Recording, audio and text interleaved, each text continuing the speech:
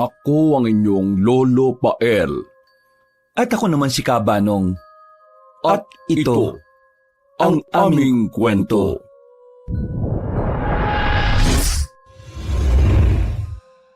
Bago nga pala magsimula ang ating kwento, sana'y mapindot nyo muna ang subscribe button at ang notification bell para lagi kayong nanonotify pag may bago tayong mga kwento. At huwag nyo rin kalilimutan mag-like at comment. Napakalaking tulong po ito sa ating channel para mas makapagatid pa kami sa inyo ng mga magaganda at mga nakakapangilabot na mga kwento. At ngayon, sa ating pagpapatuloy. Sigurado ba kayo na dito ang daan papunta sa rest house ni na Lolo? Kunot ang noo na tanong ni Nika habang walang tigil sa pagpapaypay gamit ang abaniko. Sigurado ako na dito nga ang daan. Kahit isang beses pa lang ako nakapunta. Hindi ko naman kaagad makakalimutan ang papunta dun eh. Ang haba naman na kasi ng biyahe natin eh. Hindi kaya naliligaw na tayo? Alam kong hindi tayo naliligaw. Wala ba kayong tiwala sa akin? Hindi naman sa walang tiwala. Magtanong kaya tayo. Gusto ko na magpahinga eh. Para kasing buong araw na tayong bumabiyahe. Wala bang malapit na convenience store dito? Makabili man lang ng malamig na inumin? Parang tuyong-tuyo na yung lalamunan ko. Kapag may nadaanan tayo, mag-stop over tayo saglit. Ay nako, kung alam ko lang na ganito kalayo tong pupuntahan natin, hindi na sana ako sumama. Ang sakit na ng balakang at puwit ko sa haba ng biyahe. Tumigil ka na nga sa kakareklamo mo dyan. Kanina, excited na excited ka. Tapos ngayon sasabihin mo na sana, hindi ka na sumama. Dami mong ebas. Isin lang kayong dalawa. O yan, meron ng tindahan na mabibilan. Bumili muna tayo ng malamig na mainom. Baka makatulong para mawala yung init ng mga ulo nyo. Hininto ni Raymond sa gilid ng kalsada ang van na sinasakyan nila. Isa-isa silang bumaba at nagpunta sa tindahan. Nang makabili ng soft drinks, biskwit at chichirya, ay agad nilang nilantakan. Hindi nakatiis si Raymond kaya nagtanong na siya sa tindera. Ate, magtatanong mo sana ako. Dito ba yung daan papunta sa San Martin? Sumagot naman ang tindera at sinabing mali sila ng dinaraanan. Sa kabilang iskinita ang daan papasok sa lugar na hinahanap nila. Mabuti na lang ay malapit lang doon. Aminado siyang napapagod na rin sa pagmamaneho. Naku, maraming salamat po ate ha. Sige tutuloy na po kami. Pagkatapos magbayad ay agad na pumasok ang apat na magpipinsan sa van. Nagsimula na ulit magmaneho si Raymond. Sa pagkakataong yon ay natuntun din nila ang tamang daan patungo sa rest house ng lolo nila. Biglaan lang ang bakasyon nilang apat. Dahil sa sobrang burnout na sa trabaho, kaya naman nagpa siya ang apat na magbakasyon muna. Matagal na rin ang huli silang nagkita-kita. Maswerte nang magkasama silang tuwing may okasyon sa bawat pamilya. Hindi kagaya ng dati nung nag-aaral pa sila na lagi silang makakasama. Namiss din nila ang pagbabakasyon, kaya naman susulitin nila ang isang linggong bakasyon. Sa wakas ay narating din nila ang rest house na ipinagmamalaki ni Raymond. Hindi pa kasi nakapunta ang tatlong pinsan niya roon, kaya naman naisip niya na doon na lang gugulin ang bakasyon. Ito na yun? Akala ko pa naman napakalaki ng bahay. Na baka akala mo sa rest house, mansion?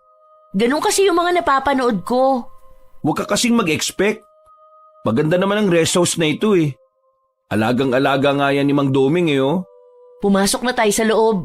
Gusto ko na rin magpahinga. Oo nga naman. Para makilatis na natin ang itsura ng loob ng bahay. Kinuha kagad ni Carlo ang bag niya at nagpatiunan ng pumasok sa loob. Walang nagawa ang tatlo kundi magkanya-kanyang kuha sa mga bag at gamit na dala nila. Akmang kakatok na sana si Carlo nang biglang bumukas ang pinto. Ang nakatingin na si Mang Doming ang bumungad sa kanya. Agad silang inanyayahan pumasok at kinuha ang mga gamit na dala nila. Pagkupo ni Carlo, hindi maiwasan na ilibot niya ang mga mata sa kabuuan ng sala. Tumabi si Nika sa kanya at kagaya nito ay sinusuri ng dalaga ang bawat paligid. O Mang Domeng, kumusta na po kayo? Nakangiting tanong ni Raymond sa caretaker ng bahay. Gumanti rin ng ngiti ang matanda at sinabing maayos naman siya.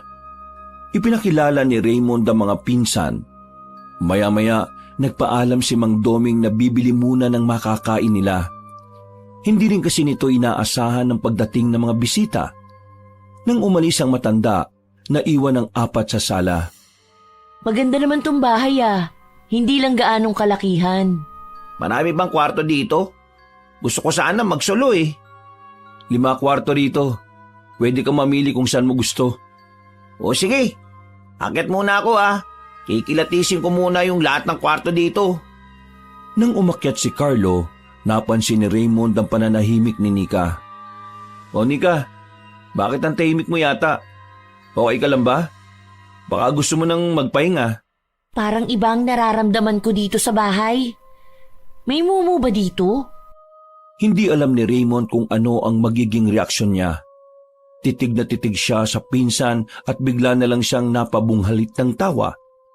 Hindi niya napigilang tawanan ito dahil sa sinabing kalokohan. Anong nakakatawa sa sinabi ko, kuya? Ang matured na natin para maniwala na may multo pa sa panahon ngayon. Nagtatanong lang naman ako. Nagpapaniwala ka naman na may mga multo. Evil spirit lang yan na nananakot ng mga tao, no? Madalas, gawa lang yan ang isip natin. Ate Arlene, pwede ba magkasama na lang tayo sa room? Ayoko mag-solo. Oo, sige. Naku, itong babae na to. Bulbuli na hanggang ngayon takot pa sa mga multo. Tara na nga sa taas para makapamili rin kayo ng mga kwarto nyo. Dala-dala mga gamit na makakasabay na umakyat ang 3. Pagdating sa 2 palapag, binuksan ni Raymond ang unang kwarto na nadaanan. Nakita niya si Carlo na nag-aayos ng mga damit sa cabinet na naroon. Lumingon naman si Carlo nang marinig na bumukas ang pinto. Dito na lang ako. Di ko trip yung ibang room Sige lang, papipiliin ko lang tong 2 kung saan nila gusto. Sunod na binuksan ni Raymond ang 2 kwarto. Sinilip ng 2 dalaga ang loob. Nang makilatis nila, umiling sila pareho. Ilang kwarto pa ang binuksan ni Raymond. Sa totoo lang, walang nagustuhan si Nika kaya si Arlene na lang ang pumili. Yung 3 kwarto ang napili niya. Medyo malaki kasi yon kumpara sa iba. Ayusin niyo na lang yung mga gamit niyo dito Doon na lang ako sa 2 kwarto. Sige na, magpahinga na rin muna kayo. Salamat, kami na ang bahala dito. Nang makapasok sa loob ng kwarto si Raymond, nilapag niya sa sahigang bag at patalong na higa sa kama. Agad niyang ipinikit ang mga mata. Iniisip niya kung saan magandang pumunta para naman makapag-enjoy sila. Sa sobrang pagod, hindi na malayan ni Raymond na nakatulog siya. Nagising din siya nang may kumatok sa pinto. Tinatamad pang bumangon kaya hindi niya pinansin ang kumakatok. Maya-maya, biglang bumukas ang pinto at pumasok si Carlo. Dumating na si Mang Domeng. Kumain na daw muna tayo. Gabi na rin Nagugutom na rin ako. O sige, susunod na ako. Sinabihan mo na ba yung 2? Hindi pa. Naglilibot kasi ako sa labas kanina Naaliw ako sa mga nakikita kong puno. Ang daming bunga. Saka, ang gaganda ng mga bulaklak. Delikado na naman yung mga bulaklak sa'yo. Baka iuwi mo pa sa atin yan Maluwag nang ngumiti si Carlo. Alam na alam kasi ni Raymond ang mga hilig at gusto niya. Aayusin ko sila tapos ibebenta ko online. Tsak na maraming bibili kasi kakaiba yung mga bulaklak na nandito Oy, bago mo gawin yan, magpaalam ka muna kay Mang Domeng Baka magalit yun kapag pinitas o ginupit mo yung mga bulaklak na tanim niya. Oo naman, magpapaalam ako. Baka hindi na tayo makabalik dito kapag nagalit yung matanda. O sige na, tumayo ka na dyan para makakain na tayo. Oo sige, mauna ka nang bumaba. Tatawagin ko lang yung 2. Nang makalabas si Carlo ng kwarto, bumangon na rin si Raymond. Inunat pa niya ang 2 kamay at pinalagutok. Tumayo na siya at pinuntahan ang kwarto ng 2 pinsan. Kumatok siya. Nang walang sumagot o nagbukas, inulit niya ang pagkatok. Ilang sandali pa, bumukas ang pinto. nakita niya si Arlene na bagong gising. Bagya pang nakapikit ang mga mata nito. Gisingin mo na rin si Nika ah. Kakain na tayo ng dinner. Sige, susunod na kami. Mahirap pa namang gisingin yung isa. Kahit ako nakatulog din eh. O sige na, bababa na ako. Nayugyug ni Arlene ang nanghihilik na si Nika. Bagyang nagising ang dalaga pero muli itong pumikit at sinandaya ng unan. Inaantok pa ako. Mamaya ka na lang matulog ulit, kakain na daw. Parang ayaw bumukas ng mga mata ko eh. Gusto pa nila matulog kaysa kumain. Iiwanan kita rito. Ikaw rin, baka mamaya may tumabi sa'yo habang natutulog ka. Nang marinig ni Nika ang sinabi ng pinsan, agad na nagmulat ang mga mata niya. Bumalikwas siya ng bangon at pairap na tinitigan si Arlene. Hindi naman napigilan ni Arlene na matawa sa ikinilos ng pinsan. Alam niya kung paano ito tatakutin. Nakakainis ka naman ate. Nananakot ka pa, alam mo naman na matatakutin ako. Kasi nga ayaw mo pang bumangon. Tara na, nagugutom na rin ako. Sasama ka ba o maiwan ka dito? Siyempre sasama. Ayoko maiwan mag-isa rito, no? Baka mamaya may lumabas na multo dyan sa cabinet. Nagdadabog na bumangon si Nika habang si Arlene ay hindi maawat sa pagtawa. Nang makarating ang dalawa sa kusina, tahimik na naupo si Nika. Napansin naman nilang Raymond at Carlo ang nakabusangot na itsura ni Nika. Oh, ano nangyari sa iyo? Ganyan ang mukha mo. Mukhang napasama gising mo ah. Nakakainis kasi si ate. Hilig manakot lagi. Ang hirap mo kasing gisingin. Babangon ka rin naman pala eh. Gusto mo tinatakot ka pa. O sige na, tama na muna yan. Kumain na muna tayo. Masasarap yung mga pagkain oh. Tahimik at maganang kumain ang apat. Inaya rin nila si Mang Doming na sumabay na sa kanila pero tumanggi ang matanda. Kamote at nilagang saging lang daw ang kinakain nito sa hapunan. Nang matapos silang kumain, nagpresenta na si Arlene na siya na ang maghuhugas ng mga kinainan nila. Nanatiling nakaupo si Nika habang hawak ang cellphone. Hihintayin niyang matapos ang ginagawa ni Arlene. Sila Carlo at Raymond naman ay lumabas ng bahay para magyosi. O ano tol, may niisip ka na bang plano para bukas? Wala pa nga eh. Ano bang gusto niyong gawin? Mamasyal? Mag-swimming? Ayoko sa mall ah. Sawang-sawa na ako pumunta dyan. Maganda sana yung exciting at may thrill naman. Saglit na nag-isip si Raymond. Binabalikan niya sa isip kung saan sila dating pumupunta nung nagbabakasyon sila. Halos 5 taon na rin ang nakalipas. Kasama niya mga magulang na mga panahon na yun. Bukod sa mall, ay nag-swimming lang naman sila sa dagat at falls. Siguro mabuti pa. Magtanong tayo dun kay Mang Doming. Siya ang maraming alam na pwedeng puntahan dito. Pwede rin naman tayo mag-swimming para maalis yung pagod sa mga katawan natin. Magdala na lang tayo ng mga pagkain. O sige, bukas tatanungin ko si Mang Doming. Tsaka ko na tulog na yun at nagpapahinga na ngayon. Nakakayang istorbohin, no? Sa totoo lang, hindi naman nakakapagod ang ginagawa ko sa business ko eh. Masaya ako sa mga ginagawa ko. Kaya lang, pasaway ang mga tauhan ko kaya madalas na nai-stress ako eh. Hilig nila umabsent. Ayaw ko namang tanggalin dahil naaawa ko kaya inuunawa ko na lang sila. Sa panahon ngayon, mahirap maghanap ng trabaho. Alam ko naman na masaya ka sa ginagawa mo. Bata pa lang tayo hilig mo na yan eh. Napagkamalan ka pang ang bakla nun dahil sa sobrang hilig mo sa mga bulaklak. Bagyang natawa si Carlo sa sinabi ni Raymond. Naalala niya na laging nagagalit ang mga magulang niya kapag nag-uuwi siya ng mga bulaklak na nakikita niya sa mga bakuran na nadaraanan. Hindi niya alam kung bakit yun ang nakahiligan niya. Basta ang alam niya, sa tuwing nakakakita siya ng makulay at magagandang bulaklak, ay umaagaw yun ang atensyon niya. Inaayos niya sa flower vase at saka ilalagay sa altar nila. Hanggang sa nakatapos siya ng pag-aaral at naisipang magtayo ng negosyo. Nag-a-arrange sila ng mga bouquet, pambigay sa mga nobya, kahit sa mga patay, ikakasal, debu at kahit anong okasyon. Nag-boom naman ang negosyo niya hanggang sa katagalan ay nagustuhan din niya ang wood carving. Nag-aral siya para matuto at ngayon ay nagagamit na niya ang natutunan. Marami ring nagpapagawa sa kanya. Karamihan ay mga disenyong hayop na namatay na alaga ng mga kliyente. Gusto kasi nila na i-display at laging nakikita ang mga yumaong alaga.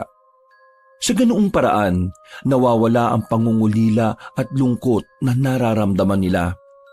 Alam ko sa sarili ko na straight ako, no? Wala pa lang talaga sa isip ko na pumasok sa relasyon. Baka hindi ko lang rin siya mabigyan ng oras kung sakali. Alam ko naman yun. Kahit ako busy rin sa negosyo eh. Mabuti na lang may kasosyo ko. Pwede kong iwanan kahit kailan ko gusto. Oh, tara na. Pumasok na tayo sa loob. Malamok na dito eh. Nagkaayaan ng 4 na uminom muna para madali silang makatulog. Mabuti na lang may terasa sa labas. Doon sila tumambay. Masaya silang nagkukwentuhan na nagtatawanan habang umiinom ng San Mig Light. Tumayo si Raymond at tinanaw ang madilim na kapaligiran.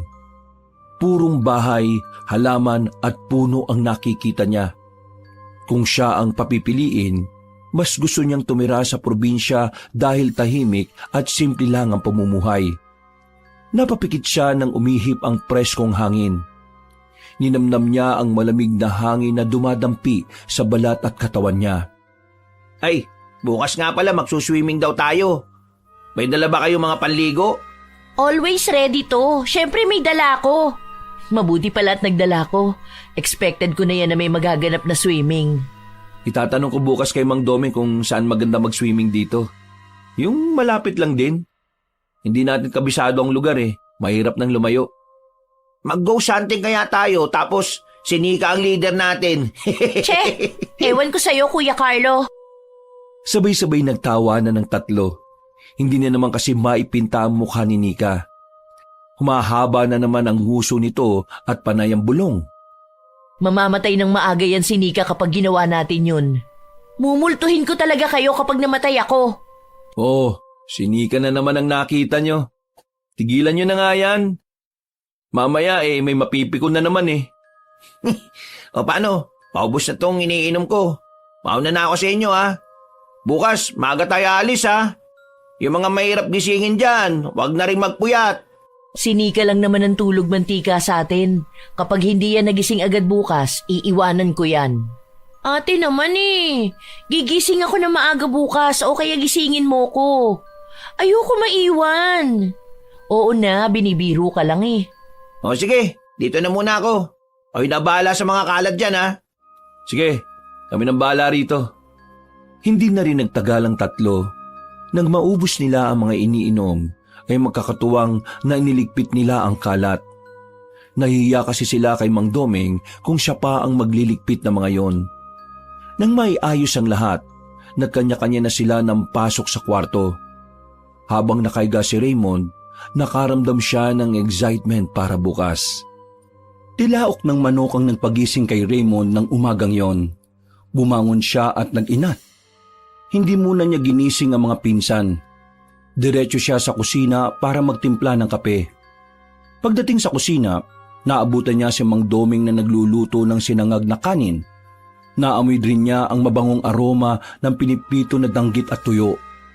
Mang Doming, magandang umaga ho. Gumanti rin ng bati ang matanda sa kanya. Hindi siya nakatiis at lumapit siya sa kalan. Pinanood ni Raymond ang pagluluto nito. Nagpresenta na siya na ang magluluto ng iba pang ulam. Nakita niya ang hotdog at itlog na nasa plato. Wala na pala siyang lulutuin kung ganon. Nang matapos ang pagluluto ni Mang Doming, inutusan nito ang binata na gisingin at tawagin na ang ibang pinsan niya. Tumalima naman agad si Raymond. Isa-isa niyang kinatok ang pintuan ng mga kwarto ng mga pinsan. Maya-maya ay lumabas na rin ang 3. Pagkaupo sa harap ng lamesa, nakahain na ang mga pagkain at kape na gawa sa sinunog na bigas. Muntik nang matawa si Raymond nang makita ang kakaibang reaksyon ng mga pinsan nang matikman ang kape. First time niyo makatikim yan, no? Puro kasi kape sa Starbucks ang alam niyong inumin eh. Ang weird ng lasa, kuya. Wala bang gatas? Hindi uso ang gatas dito, no? Wala bang ibang ulam? Like bacon, ham, or spam? Tila nandidiri na tiningnan ni Nika ang danggit at tuyo na nasa plato. Ay nako, huwag kang maghanap ng ibang ulam. Tandaan mo, nasa probinsya tayo, wala tayo sa city. Kainin mo yan, masarap naman yan. Baka mangati ako kapag kinain ko yan. Uy, huwag kayong maarte, no? Kung ano nakahain, yun ang kakainin natin. Maya kayo kay Mang Doming, oh. Kasi pinaghirapan niyang lutuin yan. Alanganin pa rin ang itsura ni Nika. Wala na siyang nagawa nang lagyan siya ni Raymond ng kanin at danggit sa plato. Halos nakatitig ang tatlo kay Nika, kaya naman napilitan siyang sumubo. Muntik na niyang iluwa ang pagkain pero pinigilan niya. Tiyak na magagalit si Arlene sa kanya. Nagsimula na rin kumain ng tatlo. Pinilit ni Nika na lunukin ang pagkaing sinubo.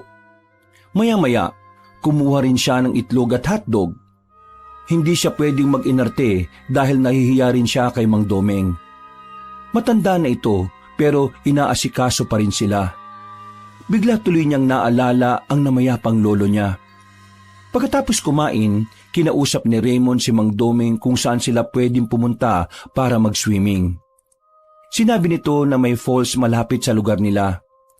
Nasa loob yun ng kagubatan pero hindi naman malayo ang kailangang lakarin para makarating doon. Marami raw naliligo doon, lalo na kapag summer. Nang maayos nila ang mga gamit na dadalhin, ay bumiyahe na sila patungo ng falls. Hindi naman sila naligaw dahil madali lang hanapin ang lugar. Sa bungad ng kagubatan ay may mga nakatayong bahay. Binati pa nga sila nang dumaan sila. Pagdating nila sa falls, ay halos napanganga ang apat dahil sa kagandahan ng tanawin na nakikita nila. Grabe, parang paradise ang lugar na to. Ang ganda ng mga puno dito. Pwede kayang kumuha ng mga sanga dyan? Nako, ayan na naman si Carlo. Oy, nandito tayo para maligo at mag-enjoy, no? Isang tabi mo muna yung pangunguha mo ng mga sanga ng kahoy at mga bulaklak. Wala namang may-ari ng mga puno dito eh. Saka, hindi naman yung buong puno ang kukunin ko. Kahit na, kabilin-bilinan ni Mang Domeng na huwag tayong mangialam ng kahit anong bagay dito sa gubat. Medyo creepy nga ang pakiramdam nung sinabi niya yung kanina eh. Iba kasi ang kaseryosohan ng mukha niya. Basta, hindi ko ma-explain eh. Kaya mabuti pa, sumunod na lang tayo sa kanya. Saka, tama naman eh. Naisip ko baka may nangangalaga dito sa lugar. Kahit papaano, naniniwala pa rin ako sa mga ganong bagay. Kaya tara na, ilatag na natin ang mga pagkain para makaligo na tayo. Sayang ang oras, malapit na magtanghali. Nagtulong-tulong na ang apat para maiayos sa mga pagkain na dala nila. Ilang sandali pa, nagsitalunan na sila sa tubig. Napakalinaw ng tubig na halos aninaw nila ang mga maliliit na bato at buhangin sa ilalim. Ilang oras ang lumipas, nakaramdam ng pagod at gutom ang apat kaya nagpasya silang umahon muna para kumain. Habang kumakain ay masayang tinititigan ni Carlo ang mga puno na nakikita. Sa isip niya, hindi siya pwedeng umalis na walang nakukuha na sanga ng puno sa mga yon. Pagkatapos kumain, muli silang lumusong sa falls habang si Carlo ay naiwan na nakaupo sa malaking batuhan na naroon. Nang makita niyang abala ang tatlong pinsan sa paglangoy, ay dahan-dahan siyang umalis sa kinauupuan. Namasyal siya sa loob ng gubat.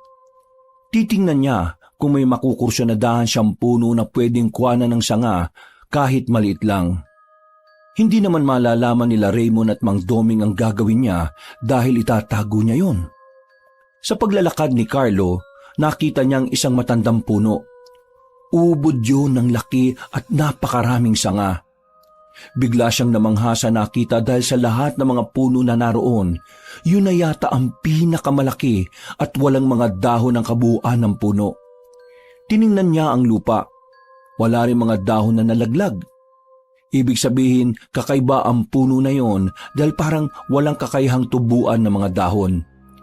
Hindi niya napigilan ng sarili. Lumapit siya at tinipo ang katawan ng puno. Napansin din niya sa ilalim noon ay may maliit na guwang. Sa tansya niya, ay kasya ang isang payat na tao kapag pumasok doon. Ang ganda naman ito. Magpapaalam ako na kukuha ko ng ilang piraso ng sanga mo ha. Bago umakyat sa puno, nagpalinga-linga pa si Carlo. Pakiramdam kasi niya ay parang may mga matang nakamasid sa kanya. Nang walang nakitang tao, nagmamadali na siyang umakyat sa puno. Dahil sanay na sa ginagawa, madali niyang naputol ang 3 sanga na nakita. Nang mabali niya yon, ay parang may matinis na alingawngaw na narinig si Carlo. Umihip din ng malakas ang hangin. Kakaiba ang hatid noon sa kanya. Nakakapanindig balahibo.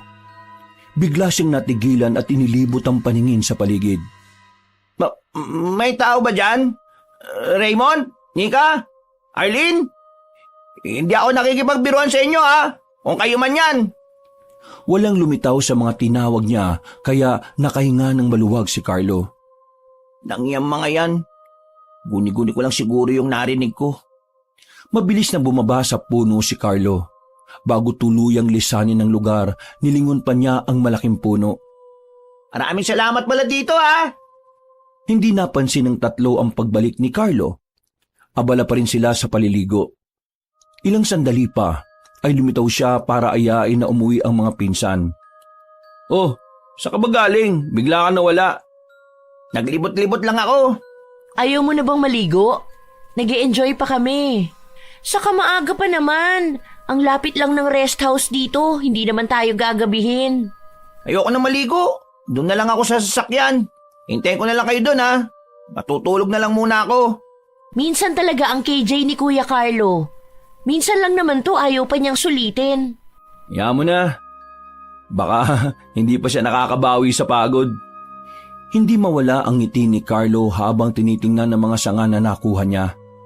Naglalaro na sa isip niya kung ano ang gagawin niya ron. Balak niyang i-display ang isa sa table niya sa opisina at ang isa ay sa kwarto niya ilalagay. Ang isa naman ay baka ibenta niya. 2 oras ang lumipas, nag-aya ng 3 na umuwi sila. Nang mailigpit ang mga gamit sa sasakyan ay bumiyahe na sila pauwi. Napansin ni Raymond na tahimik si Carlo. Gusto niya sanang tanungin ito pero pinili niyang manahimik na lang. Baka may iniisip lang ito na mga importanteng bagay. Pagkatapos kumain ng hapunan ay nakanya-kanya na ang 4 sa mga kwarto nila. Dahil sa pagod, agad silang iginupo ng antok. Biglang nagising si Nika na nasa madilim na lugar. Kahit madilim, ay pinilit niyang aninawin ang paligid kung saan siya naroroon. Hanggang sa mapagtanto niya na nasa isang masukal na gubat siya. Bigla ang paggabog ng dibdib niya sa pinaghalong kaba at tensyon. Anong ginagawa ko rito?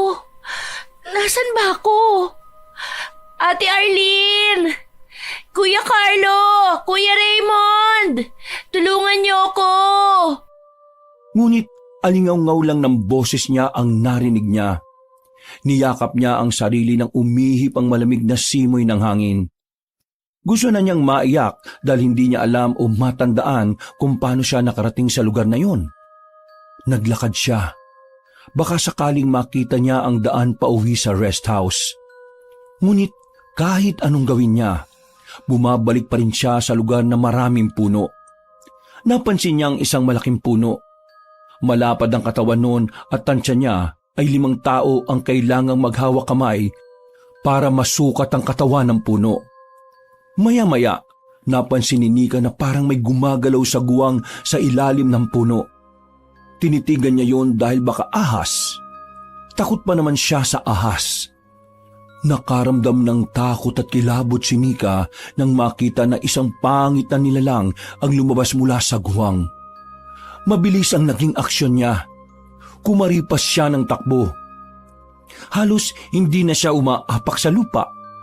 Kasabay noon ang pagdagungdong ng dibdib niya na parang puputok anumang oras. Paglingon niya, nakita niya na hinahabol siya ng aswang. Diyos ko po, iligtas niyo po ako sa humahabol sa akin. Ayoko pa pong mamatay. Hindi napansin ni Nika ang nakausling bato sa lupa. Natalisod siya roon at malakas na bumagsak ng padapa sa lupa. Naramdaman niya ang matinding kirot sa ibabaw ng paa at daliri. Pinilit niyang tumayo pero muli lang siyang nasubsob sa lupa. Pag-angat ng tingin niya, nakita niya ang maitim na pares ng mga paa. Tingin niya ay para yung kahoy. Dahan-dahan siyang nag-angat ng tingin. Nakatitigan sila ng pangit na nilalang. Sa isip ni Nika, ganito ba ang itsura ng aswang? Parang awa mo na! Huwag mo ko sasaktan!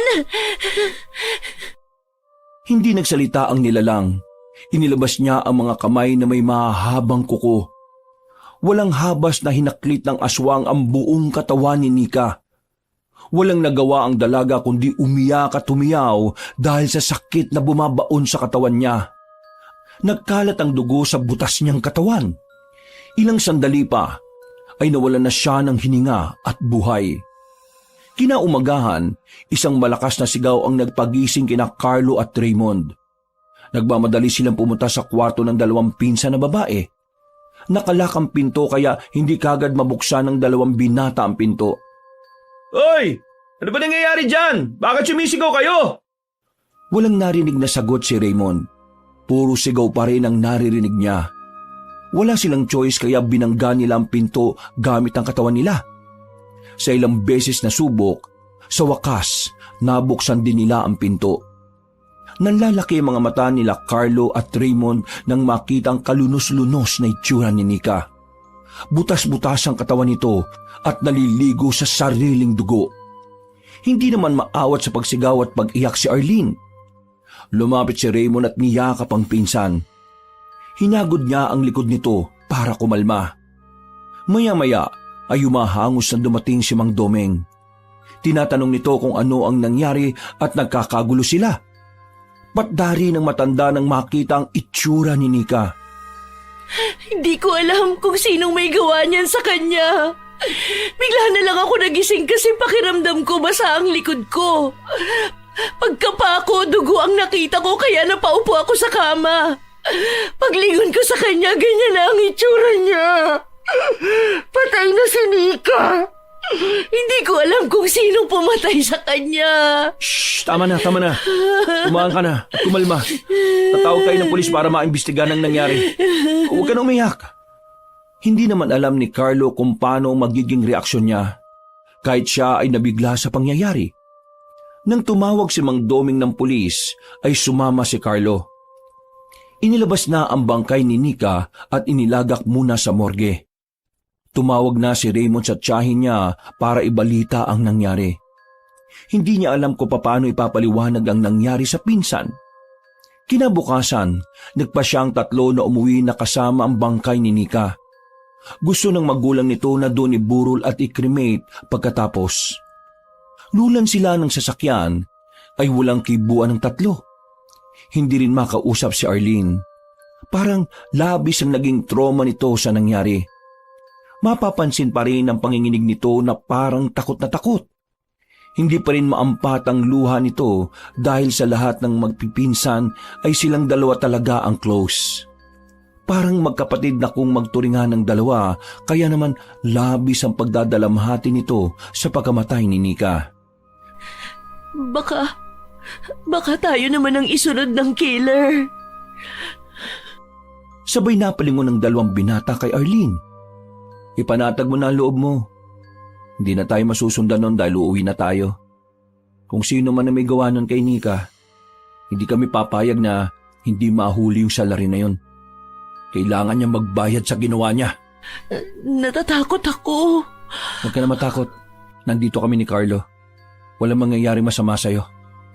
Nang maihatid nila ang bangkay ni Nika ay halos maglupasay ang ina nito.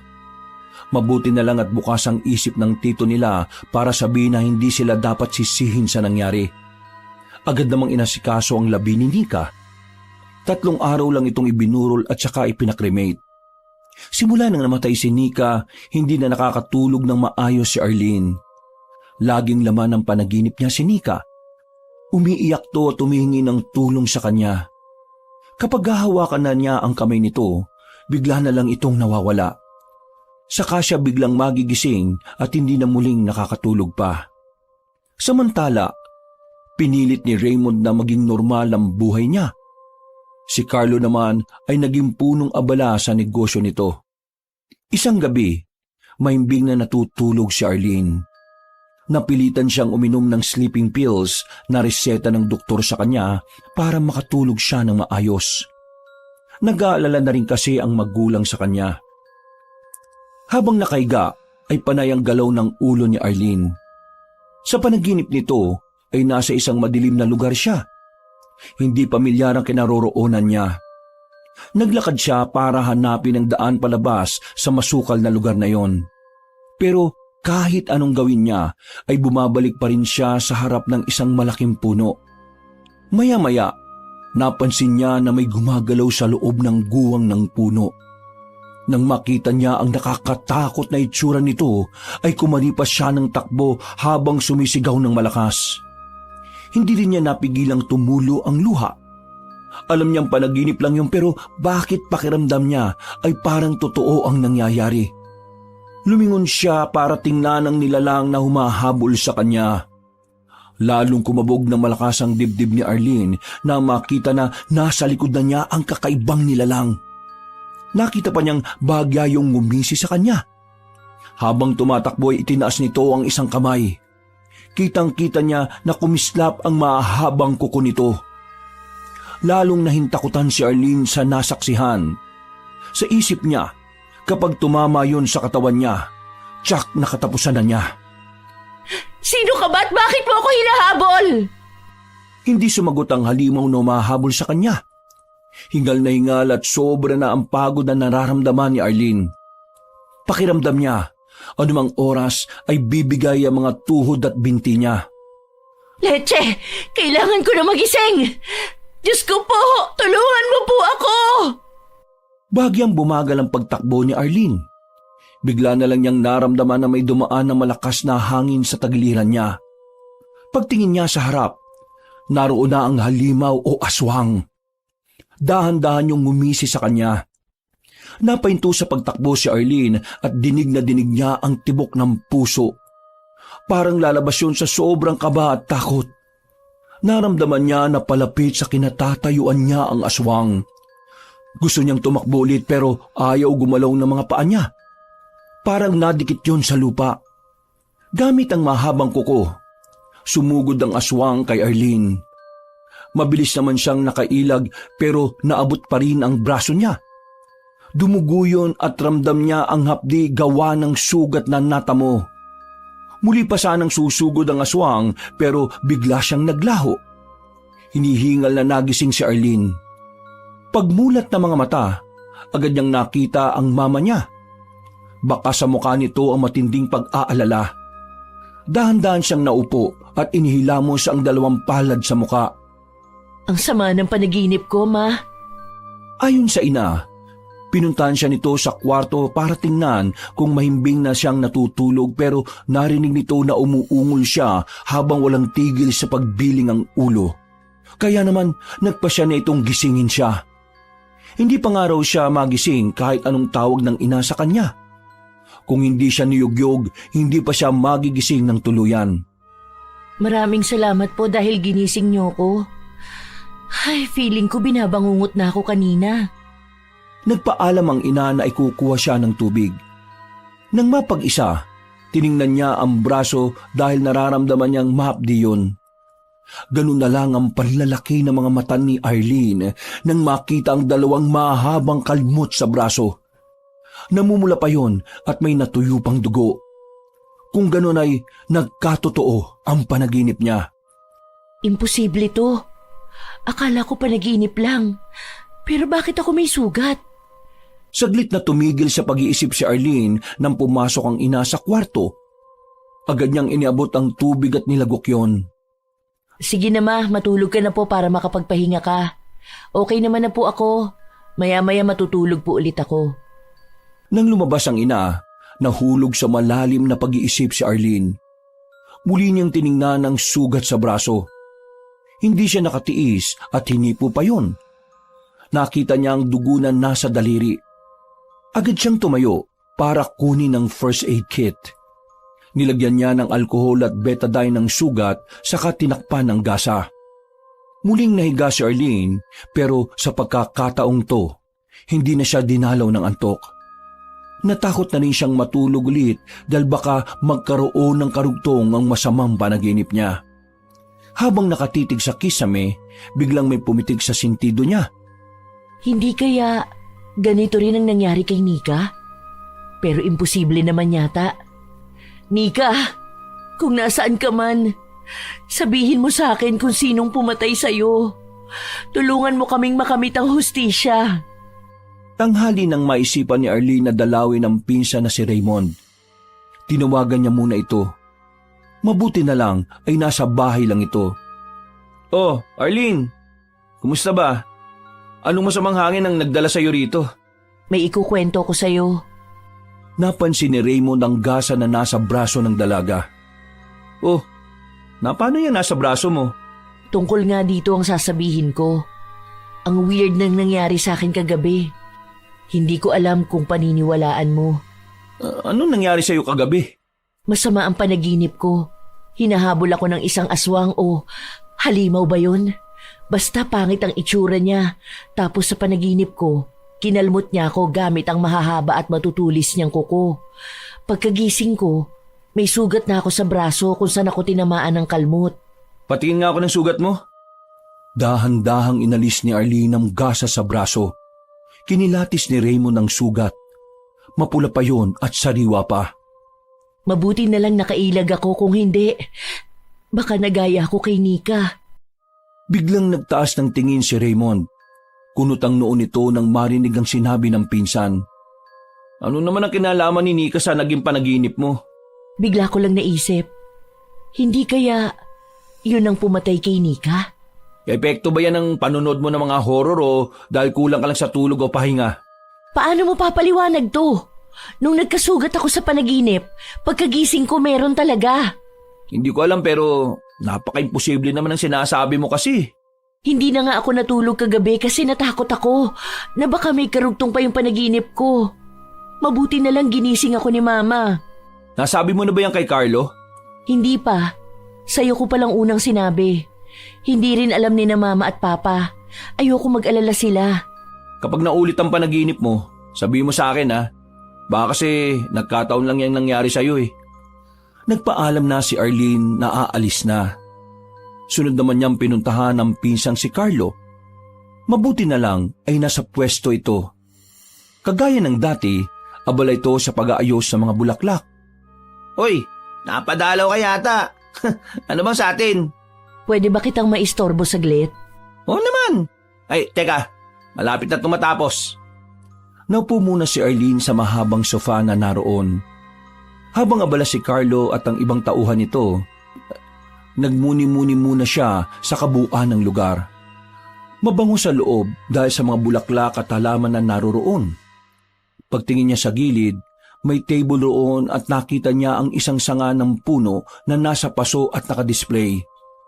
Nasa loob pa ito ng isang parisukat na salamin. Kumunot ang noo ni Arlene dahil parang pamilyar sa kanya ang bagay na yun. Malalim siyang nag-isip kung saan niya yun nakita pero hindi niya maalala. Ilang sandali pa ay tinawag na siya ni Carlo. Sabay silang pumasok sa pribadong opisina nito. Agad din niyang napansin ang nakadisplay na sanga ng puno na nasa lamesa. Kapareho nung nakita niya sa labas. Saan mo nakuha tong nasa lamesa mo? Yan ba? Binigay lang yan ng kaibigan ko. Ang ganda, di ba? Parang nakita ko na yan pero hindi ko maalala kung saan o kailan ko nakita. Anyway, bakit ka nga pala nagpunta dito? Ano pala yung sasabihin mo? Itatanong ko lang sana kung nananaginip ka ba ng masama. Hindi naman. Lagi nga masarap ang tulog ko eh. Lagi kasi akong pagod. Daming inaasikaso ng mga orders ngayon. Kagabi, ang sama ng panaginip ko. May halimaw na humahabol sa akin tapos kinalmot niya ako nung naabutan niya ako. Paggising ko, may totoong sugat na ako. Itinuro ni Arlene sa lalaki ang braso na may takip na gasa. Baka naman nakakalmot lang yan ng alaga mong pusa. Wala naman kaming alagang pusa sa bahay. Baka nakamot o nakalmot mo habang tulog ka. Maggupit ka kaya kasi ng kuko mo. Pudpud ang kuko ko. Alam mo namang hindi ako nagpapahaba ng kuko. Imposible naman kasing mangyari yung sinasabi mo eh. Imposible naman talaga kung iisipin. Pero alam ko kung ano ang nangyari sa akin. Feeling ko, siya rin ang pumatay kay Nika. Base sa mga sugat niya sa katawan, hindi imposible yun. Sinabi mo nga, panaginip lang yun. Kaya imposibleng magkatotoo yung panaginip. Lagi nga sinasabi ng mga matatanda, di ba? Na ang panaginip ay kabaliktaran. Naguguluhan din ako pero kasi paano mo ito maipapaliwanag? Hindi ko rin alam. Alam naman, problemahin ko pa yan. Masyado akong busy, no? Alam mo kung ako sa'yo, magpahinga ka na. Baka epekto lang yan ng mga puyat mo ng mga nakaraang linggo. Hindi na kita pipiliting maniwala sa akin. Pero kapag nanaginip ka ng masama, sabihin mo sa amin ni Raymond. Hindi naman usong panaginip sa akin eh. Sige na, aalis na ako. O sige, mag-ingat ka ha. At magpahinga ka ng mabuti, okay?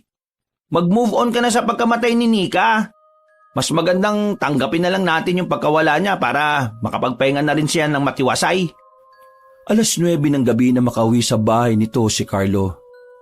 Diretso siya sa kwarto at kinuha niya ang remote ng aircon saka binuksan yun. Nagubad siya at pumasok sa banyo para mag-hot shower. Nang matapos ay nagbihis siya ng boxer short at nahiga na sa kama. Hawak ang cellphone, sumagot siya sa mga nag-send ng messages sa page nila. Nag-i-inquire tungkol sa mga flower arrangement. Nang makaramdam ng antok, binitiwanan niya ang cellphone. Ilang sandali pa ay humihilik na ito. Hindi alam ni Carlo kung ano ang kababalaghang nangyari sa kanya. Pagkamulat niya ng mga mata, napansin niyang nasa isang madilim at masukal na lugar siya. Inilibot niya ang paningin sa paligid. Pagtingin niya sa likuran niya, ay nakita niyang isang malaking puno. Hindi siya pwedeng magkamali dahil yun ang puno na kinuhanan niya ng sanga. Paano ko nakarating dito?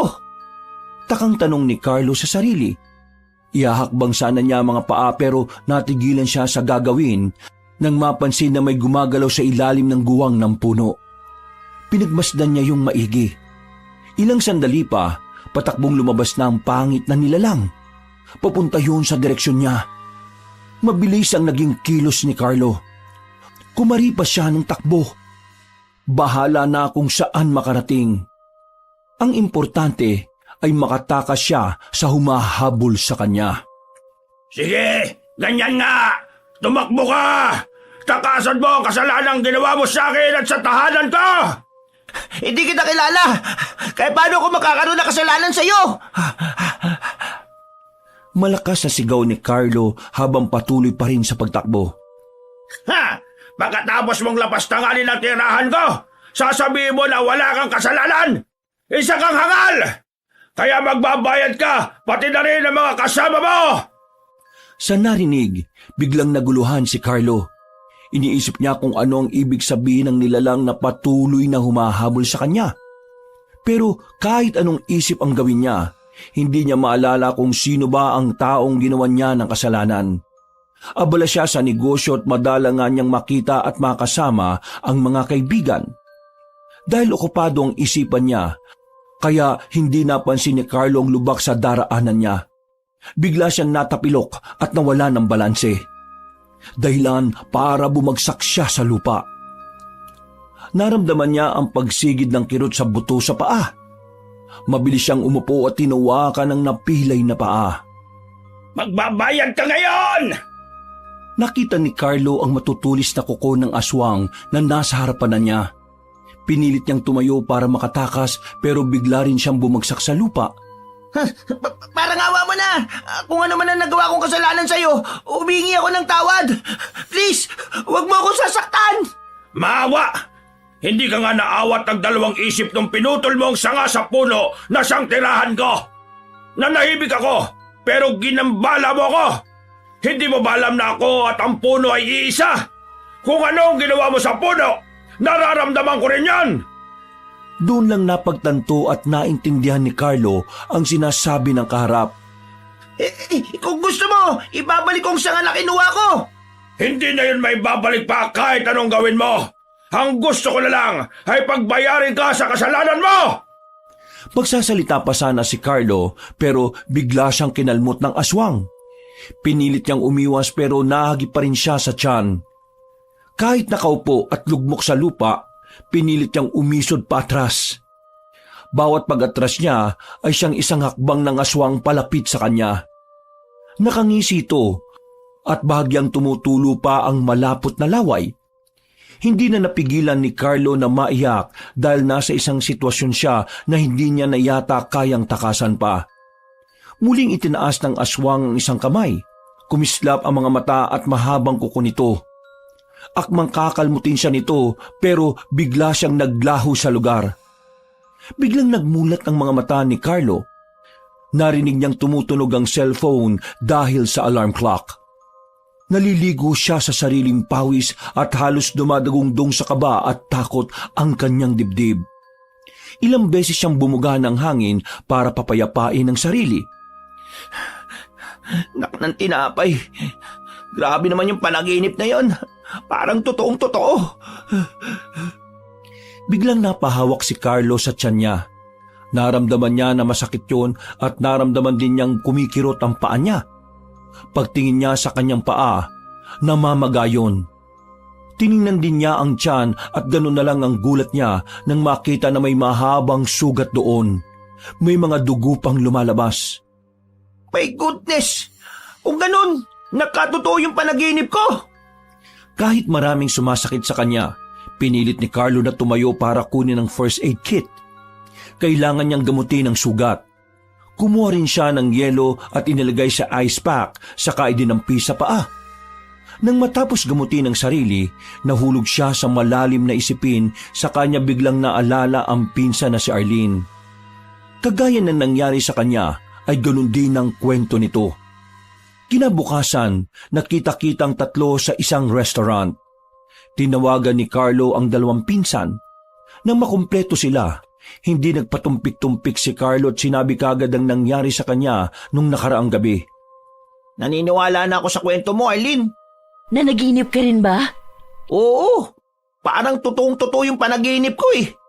Nung nasugatan ako ng halimaw na aswang na humahabol sa akin, pagkagising ko, totoo may sugat na ako. Bahagyang itinaas ni Carlo ang damit para ipakita ang natamo niyang sugat. Gulat na gulat naman si Raymond habang si Arlene ay kalmado lang. Hindi na siya naggulat sa nakita. Halos magkapareho lang ang sugat nilang dalawa. Ang malaking tanong dyan, sino nga yung halimaw na humahabol na yun sa inyo? Bakit niya ginagawa ang bagay na yan? Hindi ko alam. Hanggang ngayon, isa yan sa mga gumugulo sa isip ko. Kagabi, hindi ko naman siya napanaginipan. Yun pala, si Carlo ang dinalaw niya. Mag-ingat ka, Raymond. Baka ikaw nang susunod na dalawin niya. Sira ulo. Huwag kang manakot dyan. Hindi niyo ba napapansin? Iniisa-isa niya tayo. Pero bakit tayo? May kinalaman kaya yung pagbabakasyon natin sa San Martin? Parang sinasabi mo na simula nang magbakasyon tayo doon saka nagsimula ang lahat ng ito.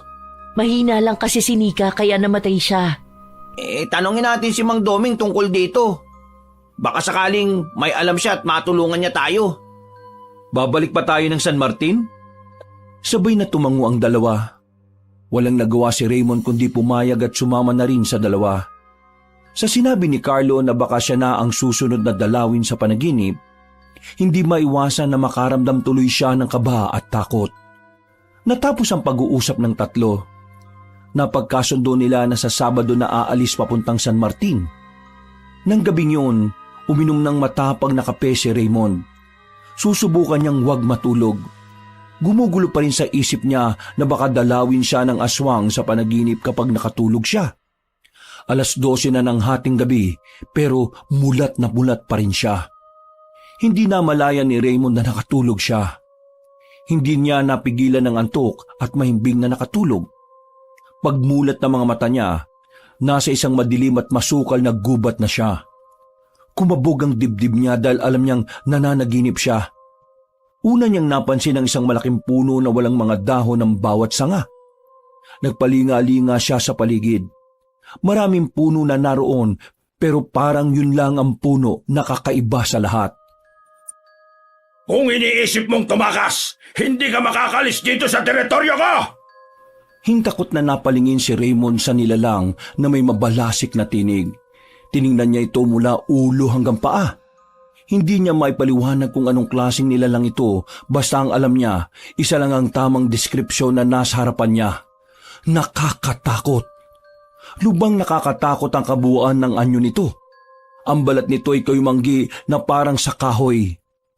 Hanggang dibdib ang matigas na buhok nito na tila ba ilang taon nang hindi nakakaranas ng tubig at shampoo. Natigil sa ginagawang pagkilati si Raymond nang bigla nitong inilabas ang kamay na may matutulis at mahahabang kuko. Ngumisi rin ang halimaw sa kanya. Hindi na nagsalita pa si Raymond. Mabilis ang naging kilos ng katawan niya. Mabilis siyang tumakbo para makalayo sa halimaw na humahabol sa kanya. Habang tumatakbo, taimtim siyang nagdarasal na sana'y magising siya. Naalala niya na yun ang habilin ni Carlos sa kanya bago sila umuwi. Para makaligtas siya sa tiyak na kamatayan, kailangan niyang magising o piliting gumising, pero paano niya gagawin yun? Halos puro puno lang ang nadaraanan niya. Wala man lang kahit isang bahay. Tumingin siya sa likuran. Nakita niya na nakangisi pa rin ang aswang sa kanya habang tumatakbo. Hindi totoo to! Hindi ka totoo! Lamang ka lang na masamang panaginip ko! Sino nagsabi sa'yo na hindi ako totoo? Isa kang hangal na naniniwala na hindi kami kabilang sa mundong ito! Sisihin mo ang pinsan mo! Kung hindi dahil sa kanya, hindi sana kayo mapapahamak ngayon! Sinong pinsan? Ano bang ginawa niya sa'yo? Malaki ang kasalanan sa akin ng lalaking yon. Kung hindi niya nilapastangan ang tahanan kong matagal kong iniingatan, edi sana, tahimik lang din ang buhay niyo ngayon. Hindi ko siya mapapatawad, kaya pati kayo, papatayin ko rin! Hinihingal at parang bibigay na ang tuhod ni Raymond dahil sa sobrang pagod na nararamdaman. Nararamdaman niya na anumang oras ay parang magkukolaps na siya.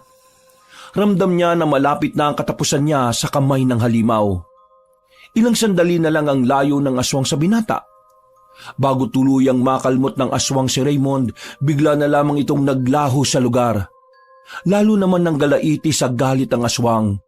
Iginala niya ang paningin sa paligid para hanapin ang lalaking bibiktimahin, pero bigo siyang makita ito. Napasigaw na lang ito ng ubod lakas habang iwinawasiwas ang mahabang kuko sa mga puno at halaman na nadadaanan. Halos mapugto naman ang hininga ni Raymond nang magmulat ng mga mata. Agad siyang napatingin sa orasan na nasa dingding. 6:00 na ng umaga. Tumutunog ang cellphone niya na nasa ibabaw ng dibdib. Laking pasalamat niya dahil iniligtas siya ng tumutunog na cellphone. Kung hindi yun nag-ingay, baka patay na siya. Mabuti na lang at naisipan niyang buksan ang alarm clock. Maghapong nagkulong si Raymond sa bahay niya. Ayaw niya munang sabihin sa 2 pinsan ang nangyari sa panaginip niya. Hindi pa rin kasi humuhupa ang nakabalot na takot sa buo niyang pagkatao. Araw ng Sabado, madaling araw pa lang ay nagsimula ng bumiyahe ang 3 papunta sa San Martin. Habang nasa biyahe, kapansin-pansin ang pananahimik ng 3. Ayaw muna nilang pag-usapan ng tungkol sa problemang kinakaharap. Dahil naiinip sa biyahe si Raymond, kaya naman ipinasak niya ang earphone sa magkabilang tenga. Nakikinig siya ng music. Ipinikit niya ang mga mata para marelax siya. Simula kasi nang nanaginip siya ng masama, idlip na lang ang ginagawa niya. Natatakot siya na baka muli siyang dalawi ng aswang sa panaginip. Hindi nagtagal, mahimbing siyang nakatulog. Muli na namang naulit ang panaginip niya. Bigla na lang namalaya ni Raymond na nasa masukal na gubat siya. Diyos ko, nandito na naman ako! Mabuti naman at bumalik ka! Hinihintay kita, pwede ba? Tigilan mo na ako! Tigilan mo na kami! Sino ka para sundin ko? Ang may kasalanan ay may kaakibat na kabayaran! Pero hindi ako gumawa ng kasalanan sa'yo! Damay ka na rin! Magsasalita pa sana si Raymond pero bigla siyang dinamba ng aswang. Bumagsak sila pareho sa lupa at nagpagulong-gulong. Ilang beses sinubukan ng aswang na kalmutin siya gamit ang mahahaba nitong kuko pero maswerteng nakailag si Raymond. Samantala, napansin naman ni Carlo ang nakapikit na pinsan. Hahayaan niya sana itong matulog dahil parang puyat na puyat sa laki ng eye bag, ngunit narinig niya na umuungol ito at gumagalaw ang ulo. Raymond! Raymond! Gumising ka! Gising! Niyugyug niya ang pinsan pero hindi pa rin ito magising. Itinigil saglit ni Arlene ang sasakyan sa gilid ng highway. Tumulong na rin siyang gisingin si Raymond. Raymond! Raymond! Parang awa mo na, gumising ka! Raymond! Habang nakikipaglaban sa buhay niya si Raymond, naririnig niya ang boses ng dalawang pinsan pero bakit hindi pa rin siya magising? Ilang sandali pa, bigla na lang ulit siyang naglaho. Sinubukan pa siyang hawakan ng aswang pero nawala na siya at tuluyang nagising. Muli na namang binalot ng galit ang aswang dahil napurnada ang pagpatay niya sa lalaki. Ay, salamat naman at nagising ka na. Ang nag-aalalang mukha ni na Carlo at Arlene ang namulatan ni Raymond. Bagya siyang ngumiti at tinawakan ng kamay ng dalawa. Maraming salamat sa pagliligtas niyo sa akin. Muntik na nga kitang suntukin para magising ka lang eh. Pasalamat ka't kurot lang ang ginawa ni Arlene sa iyo. Kung kinakailangan suntukin o sapakin mo ko, gawin mo. Huwag lang masyado malakas, baka lalo ko makatulog. Naririnig ko kayo kanina eh, pero hindi ko alam kung bakit hindi pa rin ako magising. Sana alam natin kung paano siya lalabanan. Sa totoo lang, wala tayong kalaban-laban sa kanya. Malakas siya. Kung mahina ang loob mo, matatalo at mapapatay ka niya. Ilang oras pa ang naging biyahe nila hanggang sa makarating na sa San Martin. Laking gulat pa ni Mang Doming dahil muling bumalik ang tatlo. Pasensya na po sa istorbo, Mang Doming. May kailangan lang po kaming itanong sa inyo eh. Pinapasok at inistima naman ng matanda ang tatlo. Pagkalapag ni Mang Doming ng pagkain sa center table, saka nagsimulang magkwento ang tatlo. Seryoso at tahimik namang nakikinig ang matanda. Nang matapos silang magkwento, nagulat sila sa sinabi ni Mang Doming. Ayon dito, napakatagal na ng puno na yon sa loob ng kagubatan, kaya wala nang nagpupunta roon dahil may aswang daw na naninirahan sa puno. Ang bawat tao na maligaw o pumunta roon ay hindi na nakababalik pa, o kaya naman ay kung maswerteng makauwi, halos lahat ay namamatay sa bangungot. Kagaya ng kwento nila. Ganon din ang sinapit ng mga biktima noon. Kung paano kang namatay sa panaginip, ganon ka rin mamamatay sa totoong buhay.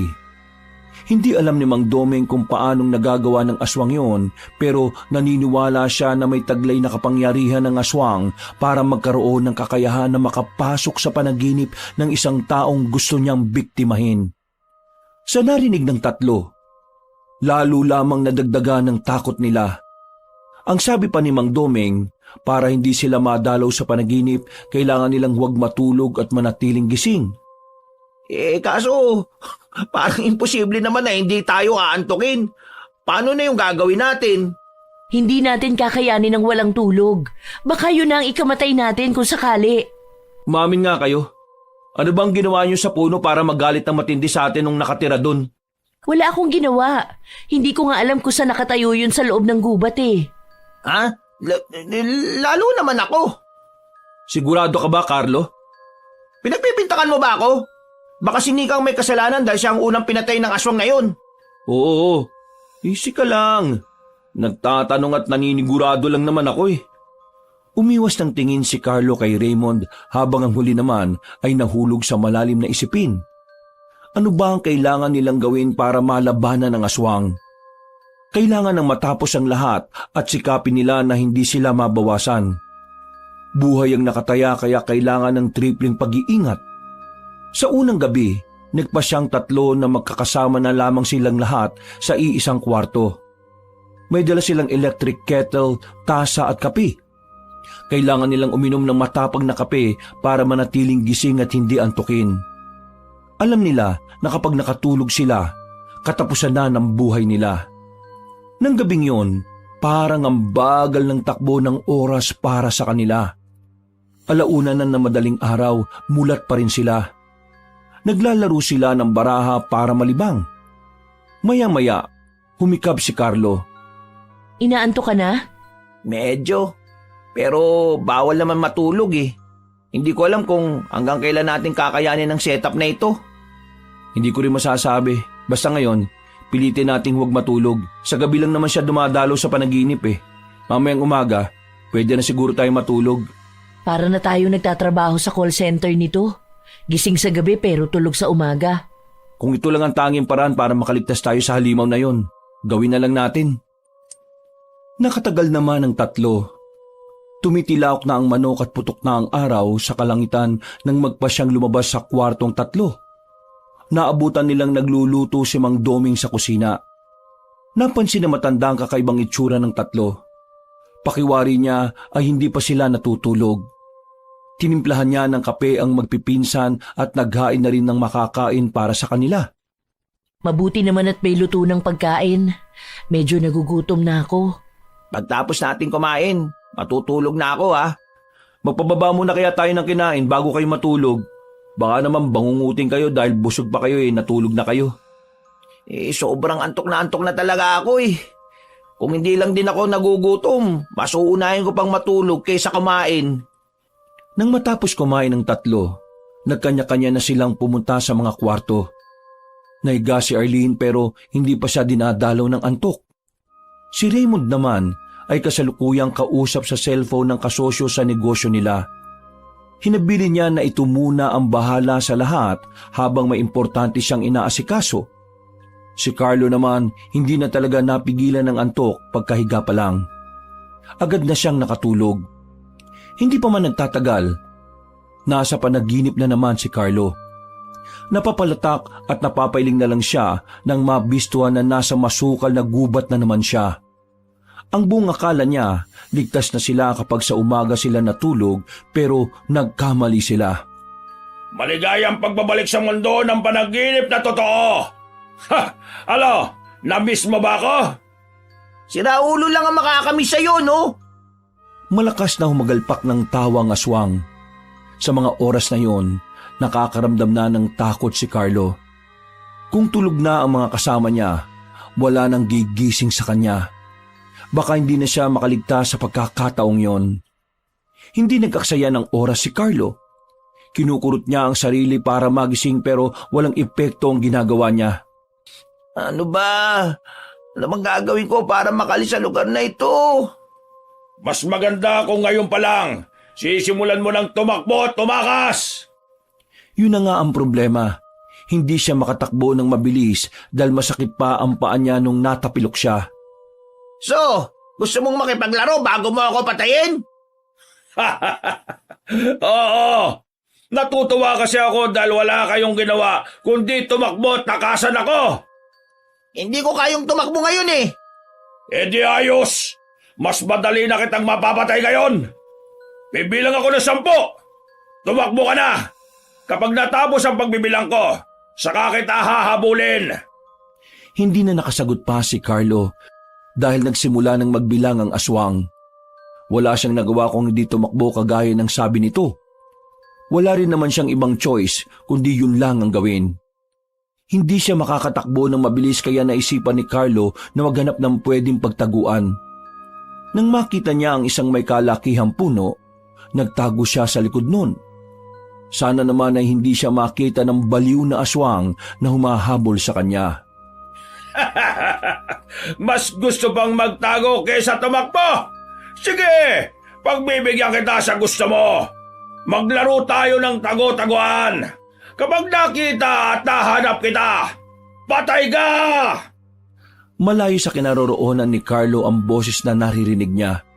Bagya pa siyang napalunok ng laway habang tagaktakang pawis sa mukha at liig niya. Lalo niyang pinag-igi ang pagtatago dahil kapag nahanap siya nito, tsak na mamamatay na talaga siya. Tumahimik bigla ang paligid. Sa isip ni Carlo, baka sa ibang lugar pumunta ang aswang para hanapin siya. Lalabas na sana siya sa pinagtataguan para muling humanap ng ibang pwedeng pagtaguan ulit. Eksaktong paglabas niya, nasa harapan na niya ang nakangising halimaw. Bigla siyang kinalmot nito gamit ang matalas na kuko. tumama yun sa pisngi niya. Napahayaw siya sa sobrang sakit. Pakiramdam niya, napunit ang balat niya. Muli sana nga atake ang aswang sa kanya pero bigla na lang naglaho si Carlo. Nag-aalalang mukha ni Raymond ang namulatan ni Carlo. Habang mahimbing na natutulog ang huli, nakita ni Raymond kung paanong nagkaroon ng sugat sa pisngi ang lalaki. Doon siya lalong naalarma na kailangan niyang gisingin si Carlo. Maraming salamat at ginising mo ako. Muntik na ako mamatay, insan. Mabuti na lang at naisipan ko kayong silipin ni Arlene. Dinalo ka ba niya ulit sa panaginip? Oo, kahit umaga, kaya niya tayong dalhin sa panaginip niya. Hindi na talaga tayo pwedeng matulog, insan. Hindi siya titigil hanggat hindi niya tayo napapatay, lalo na ako. Nagsalubong ang kilay ni Raymond sa narinig. Bakit pakiramdam niya ay may kailangan siyang malaman? Carlo, maming ka nga sa akin. Ano ba talagang ginawa mo sa puno para magalit sa atin ng matindi yung nakatira doon? Bumuntong hininga si Carlo ng ilang beses bago umamin sa pinsan. Yun na ang pagkakataon para sabihin niya ang kasalanang nagawa niya. Hindi ko naman kasi akalain na aabot sa ganito eh. Nung naligo tayo sa falls, naglibot ako noon hanggang sa nakarating ako sa pinakadulo ng gubat. Sa paglilibot ko, naagaw ng pansin ko yung isang malaking puno. Kumuha ko ng 3 pirasong sanga at inuwi ko yun sa atin. Ano? Jesus, bakit mo namang ginawa yun? Kabilin-bilinan ko sa inyo, di ba? Na wala tayong gagalawin sa loob ng gubat. Sinuway mo yung habilin ni Mang Doming sa atin eh. Kaya ngayon, hindi tayo tinitigilan ng aswang na nakatira sa puno na ginambala mo. Aminado ko sa kasalanan ko. Di ko naman alam na may nakatira pala dun eh. Nagpaalam pa nga ako dun sa puno eh, bago ko ginawa yun. Pati sinika na walang kalaban-laban na damay. Ano na lang yung magiging reaksyon nila tita kapag nalaman ng tungkol dito? Hindi naman na natin kailangan sabihin sa kanila ang kababalagang nangyari sa atin. Kasi baka madamay pa sila eh. Dapat pala humingi ka ng tawad eh. Ginawa ko na yun, insan. Sabi ko pa nga, isosoli ko kung ano yung kinuha ko pero ayaw pumayag ng baliw na aswang na yun. Mamaya, kakausapin ko si Arlene. Sasabihin ko yung tungkol dito para alam niya kung bakit nangyayari ang lahat ng ito. Hindi siya titigil hanggat hindi niya tayo napapatay lahat. Hindi ko na nga alam ang gagawin ko eh. Ang mabuti pa, i-relax mo na lang ang sarili mo. Magpahinga ka na muna dyan. Pupuntahan ko lang si Arlene. Dahil baka siya naman ang dalawin sa panaginip. Hindi na natulog si Raymond. Kahit nakakaramdam na siya ng pamimigat ng mga mata. Hapon na nang magising si Arlene. Bahagya pa itong nagulat nang makita si Raymond na nakaupo sa sofa na naroon. Anong ginagawa mo rito? Hindi ka pa yata natutulog. Binabantayan talaga kita. Kaninong umaga, dinalo ulit si Carlo ng aswang sa panaginip. Oh my God! So ibig sabihin, kahit umaga pwede niya tayong dalawin sa panaginip? Ganun na nga. Bawal na talaga matulog. Sa nakikitang itsura ni Raymond, hindi maiwasan na makaramdam ng habag si Arlene sa pinsan. Mahiga ka na dito sa kama. Matulog ka kahit ilang oras, babantayan kita. Hindi na. Hindi naman ako inaantok eh. Anong hindi inaantok?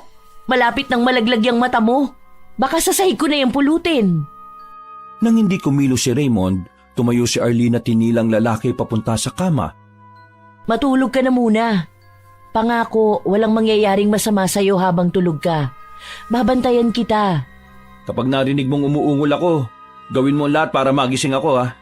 Oo, ako ang bahala. Hindi nagtagal, mabilis nakatulog si Raymond. Nagtimpla naman ng kape si Arlene at kumuha ng tinapay sa bag. Nakakaramdam siya ng gutom kaya kakain muna siya. Ilang oras ang lumipas, payapa naman ang itsura ni Raymond. Habang mahimbing na natutulog. Eksakto 7:00 ng gabi nang ginising ni Arlene si Raymond. Hindi niya ito nagawang iwanan. Tinatawag na kasi sila ni Mang Doming para kumain. Nang magising si Raymond ay sabay na silang bumaba sa kusina. Naabutan pa nila si Carlo na nakaupo roon at hinihintay sila. Kumusta ang tulog mo? Hindi na ako nakatulog dahil dinalaw na naman ako sa panaginip ko kanina eh. Hindi ba na ikwento ni Raymond? Hindi niya nakwento. Tulog na kasi ako kanina eh. Nagising na lang ako na nasa kwarto siya at binabantayan ako. Kaya siya naman ang pinatulog ko. Binantayan ko rin siya. Para makatulog ang isa sa atin, kailangan may nagbabantay para kapag alam na nananaginip na, may gigising. Oo, yun na nga rin ang naisip ko eh. Hindi tayo pwedeng sabay-sabay na matulog.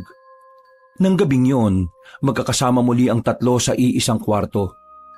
Unang pinatulog nila Arlene at Raymond si Carlo. Halata kasi sa itsura nito na parang babagsak na ang mapupungay na mga mata. Bantayan niyo ako ha. Isingin niyo kagad ako pag alam niyong nababangungot ako. Basta sige na, kami nang bahala sa'yo. Nahiga na si Carlo. Ilang minuto rin ang lumipas saka siya nakatulog.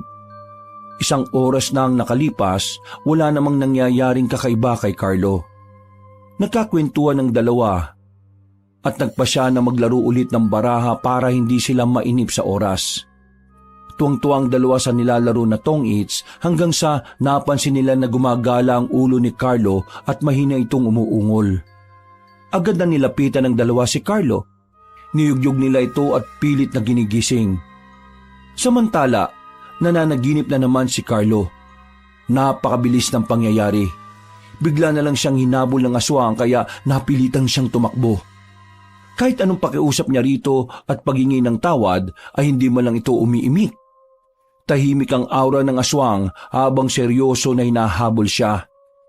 Hindi nakayanan ni Carlo ang pagod sa pagtakbo, kaya napatigil siya.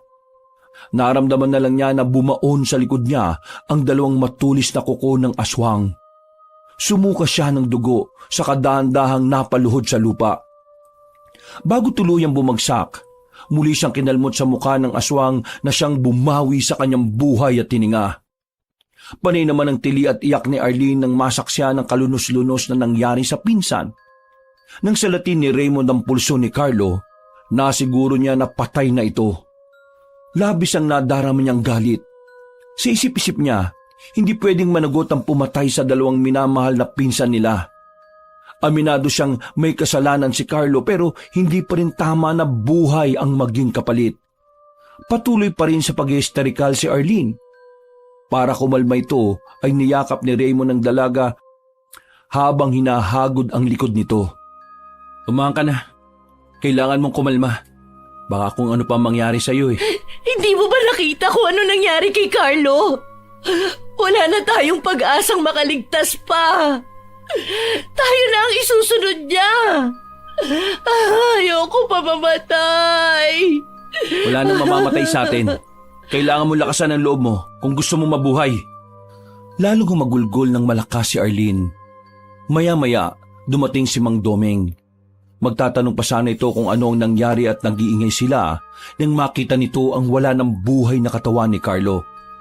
Sa kanya naintindihan ang kaguluhan na naririnig. Nang gabing yon, kinuha ang bangkay ni Carlo at inilagay muna sa morgue. Bukas na bukas din ay uuwi nila ang bangkay nito. Nang makabalik sa rest house ang tatlo, tahimik na umakyat si Raymond sa kwarto niya. Napansin naman ni Arlene ang pananahimik ng lalaki kaya sinundan niya ito. Naiga sa kama si Raymond. Ipinikit niya ang mga mata. Naupo naman si Arlene sa gilid ng kama. Kung matutulog ka, babantayan kita. Huwag mo na akong bantayan. Hindi na kailangan. Gusto mo na rin ba mamatay? Sa narinig, biglang nagmulat na mga mata si Raymond. Kailangan kong harapin ang aswang para matapos na ang lahat ng ito. Ayaw kong pati ikaw mapahamak. Gagawin ko ang lahat para matalo ko siya. Kung ganon, sasama ako. Hindi ko hahayaan na mag-isa mo siyang haharapin. Sigurado ka ba? Oo, nawala na ang takot ko. Mas nakakaramdam ako ng galit ngayon. Napakasama niya. Pinatay niya ang dalawang pinsan natin. Kaya pagbabayarin ko siya. Nahiga na si Arlene. Ilang sandali pa ay kasabay silang nakatulog. Namalaya na lang nila na nasa masukal na gubat sila. Nang makita ni Arlene ang puno, umakyat siya roon at kumuha ng dalawang sanga. Ibinigay niya kay Raymond ang isa. Gawin natin itong sandata laban sa kanya. Si Mang Domeng ang nagsabi nito sa akin kanina. Ito lang ang tanging paraan para malabanan natin ang aswang. Maraming salamat. Sa wakas, matatapos na rin ang lahat ng ito. Natigil ang pag-uusap ng dalawa nang mapansin na may lumalabas sa guwang ng puno. Naganda ang dalawa para harapin ang aswang. Nang tuluyang makalabas, nakangisi ito na lumakad palapit sa kanila. Napakaligaya ko ngayon dahil napatay ko na ang taong may malaking kasalanan sa akin. Hindi ko na sana kayo idadamay pero nabitin ako sa ginawa kong pagpatay sa pinsan ninyo eh. Napakasama mo! Pwede mo nang palitan si Lucifer sa impyerno! Malakas na humalakak ng tawa ang aswang. Lalo namang nanggalaiti sa galit si Arlene. Sumugod siya at sinuntok sa mukha ang aswang. Sa ginawa niya, natigil sa pagtawa ang aswang. Seryoso itong tumingin sa dalaga habang aninag sa mga mata nito ang galit. Sumugod ang aswang kay Arlene. Muntik na siyang mahaklit nito.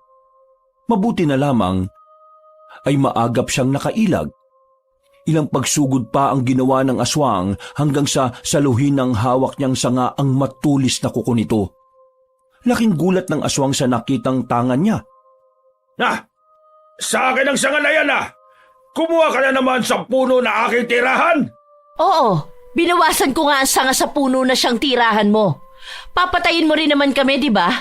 Hangal! Tatapusin ko na talaga kayo ngayon! Bago pa makagalaw ang aswang, naramdaman niyang may tumusok sa likod niya. Napahayaw ito sa sakit sa kamalakas na tinabig si Raymond. Bago bumagsak, nahugot niya ang sanga na itinusok sa aswang. Mabilis naman ang naging kilos ni Arlene. Muli niyang sinaksak sa tiyan ng aswang. Muli itong napahiyaw sa sakit. Bumuhay ang tayo nito pero pinilit pa rin dumiretso ng tayo para sugurin si Arlene. Tumakbo si Arlene para makapag-isip siya ng gagawin. Nang maabutan siya ng aswang, kinalmot siya nito sa braso. Napalod siya sa lupa habang hawak ang sugatang braso. Makakasama na rin kayong apat dahil dito na matatapos ang buhay mo! Itinaas ng aswang ang kamay niya. Kumislap ang mahabang kuko nito. Bago pa matamaan si Arlene, naisalag niya ang hawak na sanga ng kahoy. Ginamit niya ang lakas na natitira para depensahan ang sarili. Maya-maya, dumating si Raymond. Pinagtulungan nilang dalawa ang aswang. Sabay nilang sinaksak ito sa dibdib. Mulat ang mga mata na bumagsak ang aswang sa lupa. Sinigurado pa ng dalawa kung patay na ba talaga ito. Nang hindi na humihinga, saka lamang sila nagising. Laking gulat pa ng dalawa nang makita na hawak pa nila ang sanga ng puno. Sa wakas, tapos na. Natalo natin ang aswang. Hindi ako makapaniwala na pati ito nadala natin dito. Ang daming imposible na nagiging posible. Anong gagawin natin dito? Itago lang natin. Remembrance. Napansin ni Raymond na malapit ng mag-umaga. Hindi na sila natulog at hinintay na lang mag-umaga. Nang lumiwanag sa paligid, nagpaalam na sila kay Mang Doming na babalik na sa Maynila kasama ang bangkay ni Carlo. Baka siyang sobrang kalungkutan sa mukha ng matanda pero laking pasasalamat nila dahil tinulungan sila nito. Lula ng sasakyan, makatabi sa upuan ng dalawa. Wala silang imikan na tila parehong may malalim na iniisip. Maya-maya, hindi na malayan ni Arlene na nakatulog na siya. Napansin naman ni Raymond na nakapikit ang katabi. Hinayaan niya lang ito at saka nakinig ng music sa cellphone. Nagmulat na mga mata si Arlene. Nakaidlip pala siya. Pagtingin niya kay Raymond ay nakapikit din ito at bagyang nakanganga. Muntikan pa siyang matawa sa itsura nito pero bigla siyang natigilan. May bumundol na kaba sa dibdib niya. Malakas siyang niyugyog ang pinsan at maya-maya nagising na ito. Kinapa ni Raymond ang labi. Baka kasi tumutulo ang laway niya. Uy, grabe ka naman kung makayugyog. Akala ko kasi nananaginip ka ulit eh. Wala na, patay na ang aswang. Hindi na niya tayo madadala sa panaginip niya. Mabuti naman kung ganon. Nag-alala lang naman ako. Ipanatag mo na nga yung sarili mo. Hindi na niya tayo gagambalain pa, no? Sana nga. Nang makarating ang dalawa sa bahay ng magulang ni Carlo, halos may matay ang ina nito nang makita ang kalunos-lunos na sinapit ng anak. Agad itong dinala sa punerarya at ibinurol sa bahay nila. Maraming kamag-anak at kaibigan ang nagpunta sa lamay. Sila Arlene at Raymond naman ay hindi iniwan ng tiyahin at tiyuhin. Hindi nila kayang ipaliwanag kung paanong namatay si Carlo, basta sinabi nila na nakita nilang ganun na ang lalaki kagaya ng nangyari kay Nika. Bago mailibing si Carlo, napanaginipan ni Raymond ang pinsan. Nakangiti itong nakatingin sa kanya. Tinapik siya nito sa balikat at nagsabi ng pasasalamat dahil natalo nila ang aswang. Pagkagising ni Raymond, may luha na tumutulo sa mga mata niya. Mabilis niya yung pinahid saka tumayo at tiningnan si Carlo na nasa loob ng kabaong. Mabuti naman at matatahimik ka na, insan. Makikita rin tayong muli. Hindi man ngayon pero saya dyan ang panahon kung kailan. Paalam, Carlo. Mahal na mahal kita. Babaunin ko sa alaala kong lahat ng pinagsamahan natin. Naramdaman ni Raymond na may tumabi sa kanya. Nalingunan niya si Arlene na mugto na rin ang mga mata. Oh, okay ka lang ba? Hindi, pero magiging okay din ako. Makaka-move on din ako. Hindi pa lang sa ngayon dahil nabawasan na naman tayo. Inakbayan ni Raymond ang pinsan at tinimas ang balikat nito. Mag-move on ka na. Kasi baka hilahin ni Carlo yung paa mo kapag natutulog ka. Napaninginipan ko siya eh. Maayos nang lagay niya sa kabilang buhay. Muli na namang umagos ang masaganang luha sa mga mata ni Arlene. Pinigilan niyang humagulgol. Naramdaman na lang niya na hinahagod ni Raymond ang buhok at likod niya. Masakit naman talaga na isa sa mga mahal natin sa buhay ang mawala. Pero ganun talaga ang buhay. Lahat tayo mamamatay. Iba-iba nga lang ang paraan kung paanong babawiin ang buhay na hiram natin. Kaya maging masaya na lang tayo. Dahil kahit papaano humihinga pa tayo at may pagkakataon pang mabuhay sa mundong ito. O sige na, tumahan ka na. Papangit ka lalo kapag panay ang iyak mo. Che, buwisit ka. Di naman ako pangit, no? Kaya nga, huwag ka nang umiyak para hindi ka pumangit. Kinabukasan, matiwasay na nailibing si Carlo at bago tuluyang tabunan ng lupa ang kabaong nito, ay naghagis sila ng magaganda at makukulay na bulaklak. Alam nila na labis na matutuwa ang lalaki dahil hilig nito ang mga bulaklak. Inihagis din ni Arlene ang mga sanga na kinuha ni Carlo. Ayaw na niyang makita pa yon dahil naaalala lang ni Arlene ang mga naranasan nila sa kamay ng aswang. Nang matapos ang libing, nagkanya-kanya na silang uwi sa mga bahay nila. Pagdating ni Arlene sa bahay nila, naabutan niya ang bunsong kapatid na nilalaro ang sanga ng puno na alam niyang nakatago na. Saan mo nakuha to? Hindi sumagot ang kapatid niya at nanatili lamang nakatitig sa kanya. Maya-maya, biglang nagbago ang paligid na kinatatayuan ni Arlene. Nasa masukal na gubat na naman siya at muli niyang nakita ang aswang na akala niya ay napatay na nila. Sumugod ito sa kanya. Mabuti na lang at naisangga niya ang sanga na hawak. Akala mo ba'y patay na ako? Diyan ka nagkakamali dahil buhay na buhay pa ako! Hindi! Hindi ka totoo! Panaginip lang to! Malakas na humalakak ang aswang habang si Arlene ay nagdarasal na sana ay magising siya. Wakas. Ako ang inyong lolo